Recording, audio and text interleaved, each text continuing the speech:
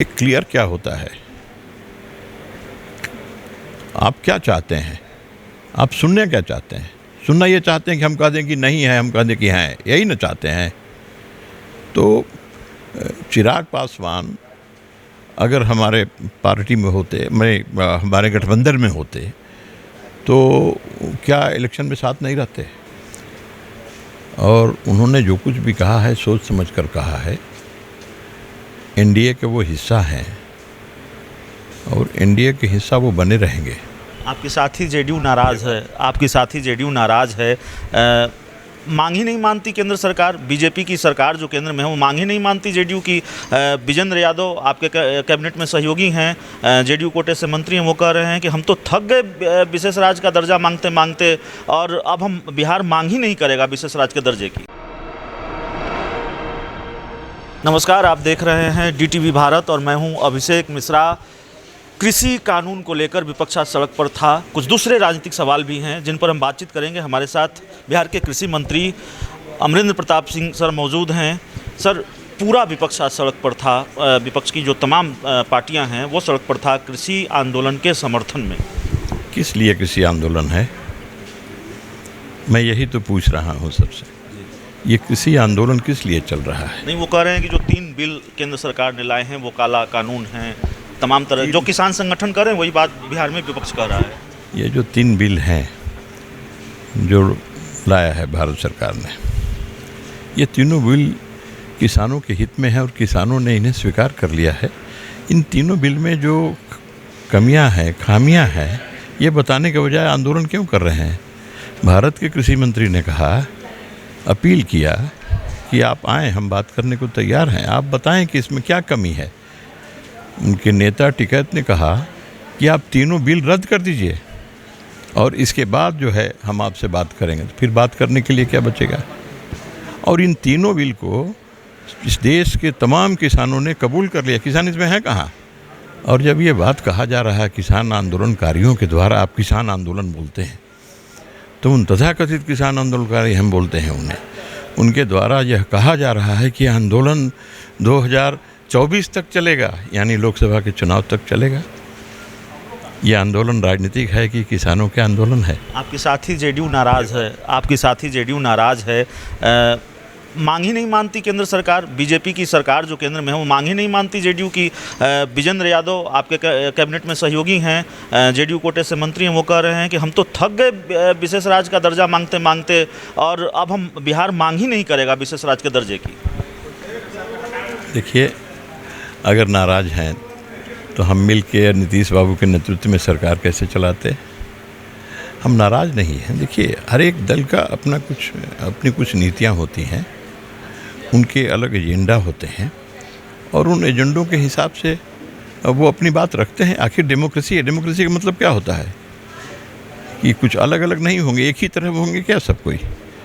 तो कुछ अलग विचार, अलग बात, अलग शब्द आपको सुनने को मिलेंगे। लेकिन नीतीश बाबू के नेतृत्व में एनडीए की सरकार बिहार में चल रही है। एक आखिरी सवाल है आपसे, और सवाल ये है कि जाति आधारित जनगणना को लेकर जब केंद्र ने एक तरह से स्थिति स्पष्ट कर दी है कि ये नहीं होने जा रहा है, मुख्यमंत्री नीतीश कुमार से कल सवाल पूछा गया और ये पूछा गया कि क्या जाति आधारित जनगणना को लेकर आप एनडीए से अलग होंगे, बीजेपी से अलग होंगे? उन्होंने ये नहीं कहा कि हम अलग नहीं होंगे, उन्होंने कहा हम बात करेंगे। और उनके इस बयान के बाद कई तरह के कयास लगाए जा रहे हैं, और उनके बयान से पहले जेडीयू के बड़े नेता केसी त्यागी का बयान आया और उन्होंने कहा कि बहुत आश्चर्य है, बहुत हैरानी है कि बीजेपी ने घटक दलों से राय मशवरा किए ही एक तरह से फैसला कर लिया, या एक तरह से स्थिति स्पष्ट कर दी कि हम जाति आधारित जनगणना नहीं कराएंगे। तो कहीं ना कहीं सब कुछ ठीक तो नहीं है ना? देखिए, आपने जितनी बातें की हैं वो सब बातें नीतीश बाबू को भी मालूम है, हम लोगों को भी मालूम है। नीतीश बाबू एक मजे हुए परिपक्व राजनेता हैं और उन्होंने जो कुछ भी कहा है सोच समझ कर कहा है। एनडीए के वो हिस्सा हैं और एनडीए के हिस्सा वो बने रहेंगे। जो कठिनाइयां हैं, आखिर 1931 के बाद जितनी भी सरकारें हुई, अंग्रेजों की सरकार थी 47 तक, और उसके बाद फिर जितनी सरकारें हुई, किसी ने क्यों नहीं जातीय जनगणना की? जो कठिनाइयां हैं उन कठिनाइयों को भारत सरकार ने सुप्रीम कोर्ट को बताया है। अब उससे सीधे जो लोग बात करने गए थे, बिहार के लोग माननीय मुख्यमंत्री के नेतृत्व में गए थे, उसमें हमारी पार्टी के भी थे। तो प्रधानमंत्री ने मुकम्मल कोई जवाब नहीं दिया है। जब वो जवाब देंगे तो उस पर वो विचार करेंगे और क्या होगा और आगे क्या फैसला होगा इसमें वो सब है। और फिर प्रधानमंत्री जी ने तो कहा है और पहले भी कहा गया है इस बात को, और विपक्षी पार्टी ने भी कहा इसको कि तब अगर केंद्र नहीं करेगा तो कर्नाटक की सरकार ने किया है अपने राज्य में, बिहार भी कर लेगा तो बिहार कर ले। एक बात और, वाकई ये मेरा आखिरी सवाल ही है सर, मैं आपकी व्यस्तता समझता हूँ।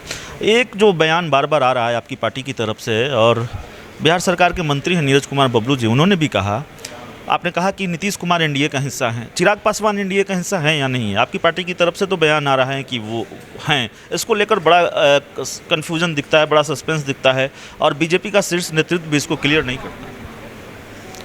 देखिए, क्लियर क्या होता है, आप क्या चाहते हैं, आप सुनना क्या चाहते हैं? सुनना ये चाहते हैं कि हम कह दें कि नहीं है, हम कह दें कि हैं, यही ना चाहते हैं?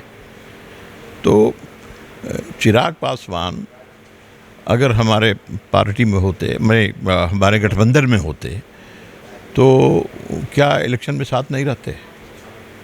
हमारे ही गठबंधन में हमारे खिलाफ उम्मीदवार देते।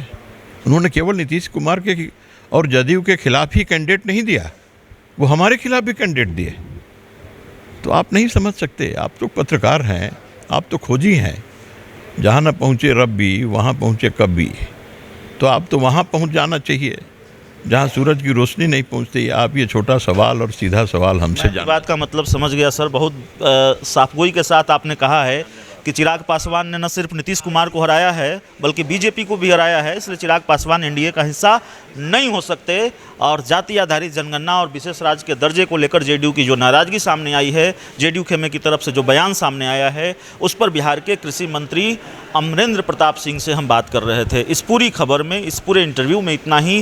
कैमरामैन अनीस के साथ DTV भारत के लिए अभिषेक मिश्रा, पटना।